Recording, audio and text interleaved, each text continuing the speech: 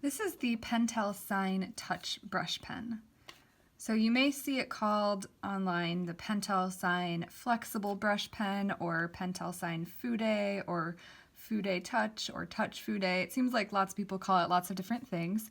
But the key here is that it's a PENTEL sign pen and it has a flexible tip. So there is actually a sign pen that looks almost exactly the same by PENTEL that's not a brush pen. I'll show you later on in this video the difference between those two. But this is a really great pen. It's actually the first brush pen that I tried after taking a pointed pen class, and I fell in love with it. I used it to address my wedding invitations, so I have a soft spot for these pens. It is a felt tip pen, and it is small on the smaller end of the nib size spectrum. It's not quite as fine as some of the other small tip pens, partially because it's a little bit soft, so we're going to put it right about there. And then as far as flexibility, so it's definitely not firm, but it's not like the most flexible brush that you'll ever use, especially because it's so small. So I'm going to call it medium and put it in the middle here. These are water-based, and so they work really well for blending. And there is a pack of colors. So this is the color pack, and there are 12 colors here. And I'll show you some of those in a minute. Okay, so as far as other notes, make sure that you get the flexible point one. So if I show you the difference, taking the brush pen, I can make thick and thin lines by varying the pressure. So as I press harder, the line gets thicker, and as I release pressure, the line is thinner. So I'm able to get varying amounts of pressure here.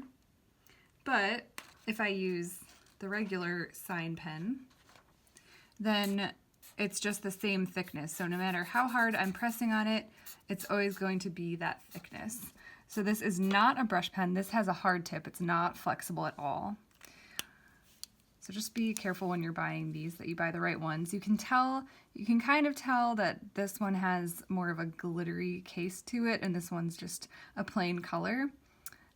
But you'll want to look for the words flexible or brush or fude or touch. Okay, let's look at some of these colors.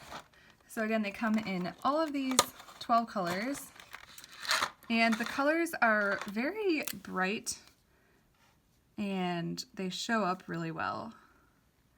So they're pretty opaque, and if you were to compare them to some of the other colored brush pens, for example, the Tombow Fudenosuke, you can see that these are a lot brighter and more vibrant compared to some of these, and they're darker.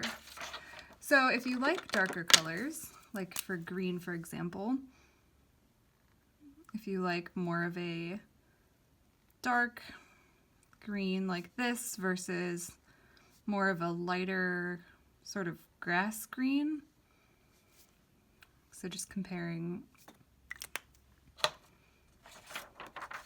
these two right here, definitely a big difference in the saturation and just how much more vibrant these are compared to these. These look almost see-through if you look at them closely. So these are probably one of the most common small tip brush pens, especially for colored brush pens out there, because it wasn't until recently that other brands started coming out with colored brush pens in the smaller size. So a lot of people really like these, and I am definitely one of those people.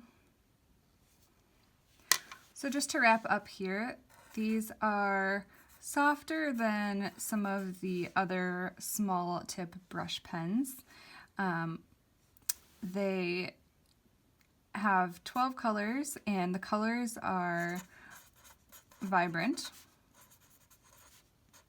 They show up really well. They're also very blendable, and also make sure that you look for the correct fude or flexible or brush or touch any of those words on the package or wherever you're buying them, just to make sure that you don't accidentally get the ones that don't have a flexible tip like this.